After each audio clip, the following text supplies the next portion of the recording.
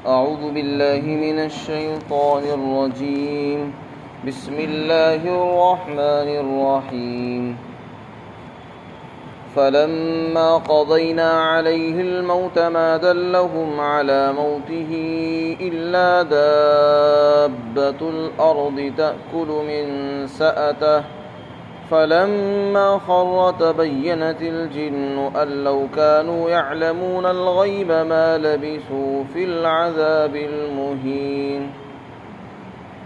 اور پھر جب ہم نے سلیمان علیہ السلام پر موت کا حکم جاری کر دیا، یعنی ان کی وفات ہو گئی، تو پھر ان کی موت کا پتہ ان کو نہیں دیا سوائے زمین کے کیڑے نے، جس کو گھن کہا جاتا ہے، جو ان کی لاٹھی کو کھا رہا تھا۔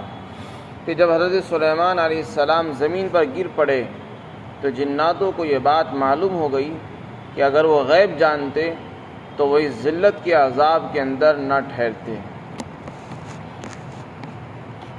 اس سے پہلی آیات میں حضرت سلیمان علیہ السلام کی بے مثال حکومت اور سلطنت کا ذکر فرمایا۔ اللہ نے آپ کو بے مثال اور بے نظیر حکومت عطا فرمائی تھی۔ 40 سال تک آپ نے صرف دنیا ہی پر حکومت نہیں کی، جناتوں پر بھی حکومت تھی، ہواؤں پر بھی تھی اور پرندوں پر بھی حکومت تھی۔ حضرت داؤد علیہ السلام کے زمانے میں جب بیت المقدس کی تعمیر شروع ہوئی تو اس کی تکمیل سے پہلے ہی ان کی وفات ہو گئی۔ حضرت سلیمان علیہ السلام کا دور آیا تو آپ نے اس کی تعمیر کا کام جاری رکھا۔ آپ کے دور میں جب اس کی تعمیر ہونے لگی تو آپ جناتوں سے اس کا کام لیا کرتے تھے، جیسا کہ اس سے پہلے بھی آیا کہ جناتوں سے بڑے بھاری کام، بڑے بڑے مشکل کام آپ لیا کرتے تھے، چونکہ اللہ نے آپ کو بڑی قدرت عطا فرمائی تھی اور جناتوں پر آپ کو حکومت اور اقتدار عطا فرمایا تھا، اور جناتوں کو خود اللہ نے بڑی قوت عطا فرما رکھی ہے کہ وہ دور دراز کے سفر لمحوں کے اندر پورا کر لیتے ہیں۔ جہاں انسان کے لیے پہنچنے کے لیے بہت لمبا وقت چاہیے، وہاں وہ منٹوں میں، سیکنڈوں میں پہنچ جاتے ہیں۔ اور جو چیز انسان نہیں اٹھا سکتا، جنات اس کو اٹھا کر لے آتے ہیں۔ سمندر کی گہرائی میں انسان کے لیے جانا مشکل، جنات آسانی سے لا سکتے ہیں۔ تو بہت سے بڑے بڑے کام، مشکل کام، تکلیف دہ کام جو ایک انسان کے بھی بس میں نہیں ہے، وہ جنات کر سکتے ہیں۔ اللہ تعالیٰ نے آپ علیہ السلام کو جناتوں پر سلطنت اور قوت عطا فرمائی، تو آپ نے ان کا استعمال کیا۔ پتھروں کا اٹھانا، بھاری بھاری سامان منگوانا، دور دراز سے سامانوں کو لے کر آنا، یہ انہی کا کام تھا۔ تو حضرت سلیمان علیہ السلام کے دور میں جنات کام کر رہے تھے۔ ان کی طبیعت میں شرارت تھی۔ جب حضرت سلیمان سامنے ہوتے تو ان کی نگرانی میں تو کام کرتے تھے، اور جب وہ نہیں ہوتے تو شرارت کرتے تھے، بھاگ جاتے تھے، کام نہیں کرتے تھے۔ تو اللہ تعالیٰ کے حکم سے حضرت سلیمان علیہ السلام نے اپنی وفات کے وقت یہ تدبیر اختیار کی۔ جب ان کے انتقال کا وقت قریب آنے لگا تو انہوں نے تدبیر اختیار کی کہ اپنے محراب اور مصلی میں چلے گئے، جہاں ان کی عبادت گاہ تھی، محراب تھی، جہاں وہ نماز پڑھتے تھے، وہاں اندر گئے۔ اس کے چاروں طرف شیشہ تھا، ایسا صاف شفاف شیشہ تھا کہ اندر کا آدمی باہر نظر آتا تھا، باہر کا آدمی اندر سے نظر آتا تھا۔ اور وہاں تشریف لے گئے اور اپنی لاٹھی کو لیا، دونوں ہاتھوں سے لاٹھی کو پکڑا، اس کو ٹھوڑی کے نیچے لگایا اور تخت پر بیٹھ گئے اور عبادت کرنے لگے، نماز پڑھنے لگے۔ اسی حال میں اللہ تعالیٰ نے آپ کی روح قبض فرما لی۔ آپ کی روح قبض ہو گئی، انتقال بھی ہو گیا، لیکن آپ نیچے نہیں گرے۔ جناتوں کو ایسا محسوس ہو رہا تھا کہ شاید آپ دیکھ رہے ہیں ہم کو، تو جنات آپ کی وجہ سے ڈرتے تھے، رعب تھا آپ کا، تو آپ کے جلال اور مرتبے کی وجہ سے وہ کام میں لگے رہے۔ مفسرین نے لکھا پورا 1 سال تک اسی طرح کام کرتے ہیں جنات۔ بیت المقدس کی جو تعمیر کا کام باقی تھا، اس کی تکمیل میں وہ لگے رہے، بھاری بھاری پتھروں کو لے کر آنا اور ان کو اس کی تعمیر کرنا، اس کام میں لگے رہے، یہاں تک 1 سال گزر گیا۔ جب تکمیل ہو گئی تو پھر اللہ تعالیٰ نے جناتوں پر یہ بات واضح کرنے کے لیے کہ تم کو علم الغیب نہیں ہے اور تم خدا نہیں ہو، اللہ تعالیٰ نے حضرت سلیمان علیہ السلام کی لاٹھی پر گھن یعنی کیڑے کو مسلط فرما دیا، جس کو دیمک کہتے ہیں۔ اس کیڑے نے لکڑی کو اندر سے کھوکھلا کیا، جس کی وجہ سے وہ اندر سے ٹوٹ گئی، اور جیسے ہی وہ ٹوٹ گئی حضرت سلیمان علیہ السلام نیچے گر پڑے۔ اس کے بعد جناتوں کو پتہ چلا کہ ان کا تو انتقال ہو گیا۔ پھر جب انہوں نے تحقیقات کی تو پتہ چلا کہ ان کا انتقال بہت پہلے ہو چکا تھا، جس کو 1 سال کا عرصہ گزر گیا۔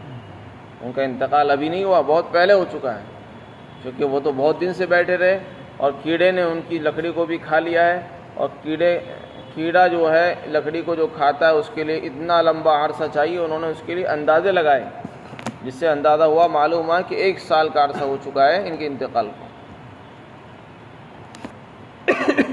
مفسرین نے لکھا ہے کہ اللہ تعالیٰ نے ایسی تدبیر اور حضرت سلیمان علیہ السلام نے ایسی تدبیر اس لیے اختیار فرمائی کیونکہ 2 چیزیں تھیں۔ ایک تو بیت المقدس کی تعمیر کا کام باقی تھا، وہ چیز مکمل کرانی تھی۔ اگر جناتوں کو معلوم ہو جاتا کہ سلیمان علیہ السلام وفات پا چکے، انتقال کر چکے ہیں، تو وہ کام چھوڑ کے بھاگ جاتے ہیں۔ تو اللہ تعالیٰ جب چاہتے ہیں کسی مخلوق سے کام لینا تو اس کے لیے بہت سے انتظامات فرما دیتے ہیں۔ تو اللہ نے ان سے کام لیا اور اس کے لیے تدبیر اختیار کی گئی، اور یہ سب اللہ ہی کے حکم سے ہوا۔ اور دوسری چیز یہ تھی کہ جنات بہت دور دور کی خبریں لے آتے تھے، کیونکہ وہ لمحوں کے اندر ابھی یہاں ہے تو تھوڑی دیر میں بہت دور چلے گئے، ابھی ہندوستان میں ہیں تو تھوڑی دیر میں کابل میں چلے گئے، ابھی بیت المقدس کے اندر ہے، اس کے بعد استخر فارس میں چلے گئے، پھر کابل میں ہیں، کبھی یہاں ہیں کبھی وہاں۔ تو ادھر ادھر کی خبریں پھر انسانوں کو لا کر دیا کرتے تھے۔ انسان سمجھتے تھے کہ شاید ان کو بھی غیب کی خبریں معلوم ہوتی رہتی ہیں، یہ بھی غیب کی باتیں جانتے ہیں۔ تو کہیں کسی کے دل میں یہ خیال نہ پیدا ہو جائے کہ یہ بھی معبود ہیں، یہ بھی خدا ہیں، ان کو بھی اللہ نے قدرت عطا فرمائی ہے، طاقت عطا فرمائی ہے، اور خود جناتوں کو بھی یہ گمان نہ ہو جائے کہ ہم بھی خدائی درجہ رکھتے ہیں۔ تو اللہ تعالیٰ نے آنے والی نسلوں کے دلوں سے اس شرک اور بت پرستی کی نحوست کو ختم کرنے کے لیے تدبیر کا حکم دیا کہ کہیں ایسا نہ ہو کہ سلیمان کا انتقال ہو جائے اور لوگ جناتوں کو ہی خدا بنا بیٹھے کہ یہ تو بڑی طاقت کے مالک ہیں، ان کو تو غیب کی خبروں کا بھی علم ہے، ان کے پاس طاقت بھی بہت ہے۔ تو اللہ تعالیٰ نے دکھایا کہ دیکھو تم یہ سمجھ رہے تھے ہمیں غیب کی خبروں کا علم ہے، یہ سلیمان علیہ السلام تمہارے سامنے بیٹھے ہو، تمہیں پتہ بھی نہیں، اور ان کی وفات کو 1 سال ہو چکا ہے اور تمہیں خبر بھی نہیں ہوئی، اور تم ان کے ڈر کی وجہ سے کام میں لگ رہے ہیں۔ تو جب جناتوں کو پتہ چلا کہ ہم تو بالکل بے خبر رہے، انہیں اپنی کمی کا احساس ہو گیا۔ ہم جو یہ سمجھتے تھے ہم عالم الغیب ہیں، غیب کی خبریں جانتے ہیں، یہ سب کچھ نہیں ہے، ہم غلطی پر ہیں۔ اور لوگوں کو بھی یہ بات واضح ہو گئی، لوگوں کے دلوں سے ان کی عظمت اور بڑائی نکل گئی۔ تو اس طریقے سے اللہ نے انتظام فرمایا اور تعمیر کا کام بھی مکمل ہوا، اور جناتوں کی عظمت جو دلوں میں بیٹھنے والی تھی وہ بھی ختم ہو گئی۔ یہ اللہ تعالیٰ کی تدبیر اور حکمتیں ہوتی جو کوئی نہیں جانتا۔ اسی سے یہ بات معلوم ہوئی کہ اللہ تعالیٰ جب تک چاہتے ہیں انسان کو زندگی عطا فرماتے ہیں۔ حضرت سلیمان علیہ السلام کو اللہ نے بے مثال حکومت عطا فرمائی، لیکن موت ان کو بھی آئی آخر۔ تو موت ایک ایسی چیز ہے، انسان پوری دنیا پر حکومت کر لے، موت سے وہ بھی نہیں بچ سکا، نہ بچے گا۔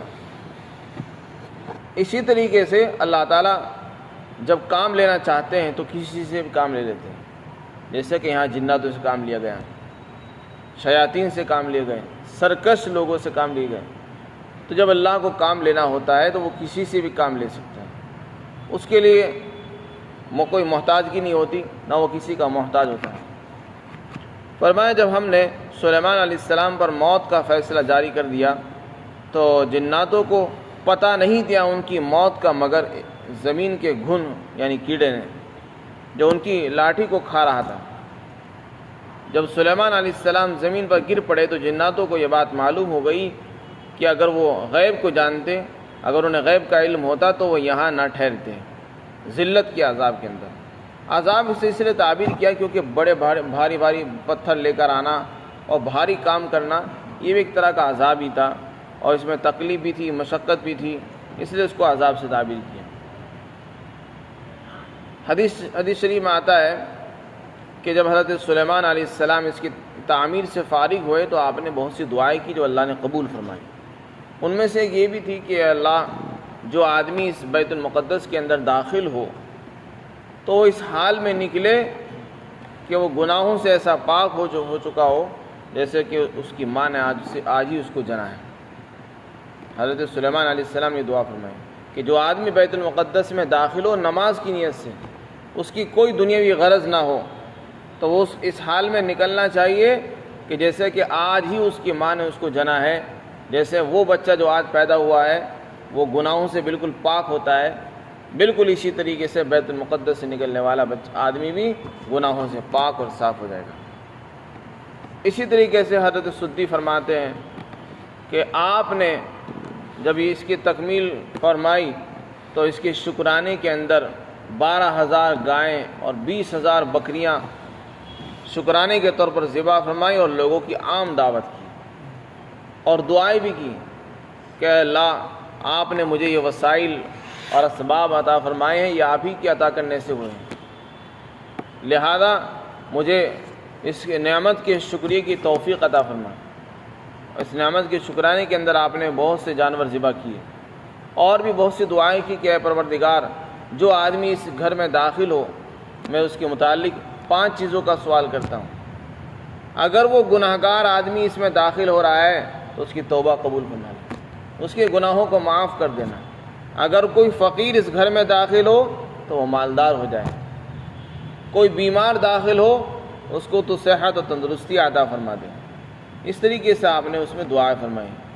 جو آدمی گھبرایا ہوا ہو، دشمن سے خوف کھا کر اس گھر میں یعنی بیت المقدس میں داخل ہو اس کو تو امن عطا فرما۔ اس طریقے سے آپ نے دعا فرمائی۔ خانہ کعبہ کے بعد اور خانہ کعبہ کے بعد جو دوسرا کعبہ ہے جس کو کعبہ کہتے ہیں وہ بیت المقدس ہی ہے، جس کو قبلہ اول بھی کہا جاتا ہے۔ حضرت آدم علیہ السلام کے زمانے میں قبلہ خانہ کعبہ ہی تھا، اور پھر جب نوح علیہ السلام کا زمانہ آیا تو نوح علیہ السلام کے زمانے میں طوفان کی وجہ سے خانہ کعبہ کی دیواریں منہدم ہو گئی، تو پھر حضرت ابراہیم علیہ السلام کے دور میں دوبارہ سے انہی دیواروں پر بنیادوں پر اس کی تعمیر کی گئی، اس کو اٹھایا گیا۔ حضرت ابراہیم نے اور حضرت اسماعیل علیہ السلام دونوں نے خانہ کعبہ کی تعمیر فرمائی۔ تو یہ قبلہ خانہ کعبہ شروع میں وہی رہا، بعد میں بنی اسرائیل کے زمانے میں بنی اسرائیل کا قبلہ بیت المقدس ہو گیا۔ آپ صلی اللہ علیہ وسلم نے بھی 16 یا 17 مہینے تک بیت المقدس کی طرف رک کر کے نماز پڑھی ہے۔ یہود بھی ادھر رک کر کے نماز پڑھتے تھے تاکہ وہ یہ سوچ کر کہ یہ ہمارے موافق ہو گئے ہیں، ہو سکتا ہے اسلام کی طرف آ جائے، لیکن جب انہوں نے موافقت نہیں کی تو پھر آپ کا قبلہ بدل دیا گیا، دوبارہ سے وہی قبلہ کر دیا گیا جو پہلے ابراہیم علیہ السلام کا قبلہ رہا ہے۔ تو بیت المقدس بھی قبلہ رہا ہے جیسے کہ بیت اللہ قبلہ ہے، اس کی بھی وہی عظمت اور تعظیم ہے۔ حدیث پاک کے اندر آتا ہے کہ اگر آدمی کو سفر کرنا ہو تو 3 جگہ کا سفر کرنا چاہیے، یا تو خانہ کعبہ کے لیے سفر کرے، یا مسجد نبوی کے لیے، یا پھر مسجد اقصیٰ کے لیے۔ اور حدیث پاک کے اندر آتا ہے کہ خانہ کعبہ میں نماز پڑھنے کا ثواب، ایک نماز کا ثواب 1,00,000 نمازوں کے برابر ہے، اور مسجد نبوی کے اندر جو مدینہ پاک کے اندر ہے موجود ہے اس میں ایک نماز کا ثواب 50,000 نمازوں کے برابر ہے۔ مسجد اقصیٰ میں ایک نماز کا ثواب 1,000 نمازوں کے برابر ملتا ہے۔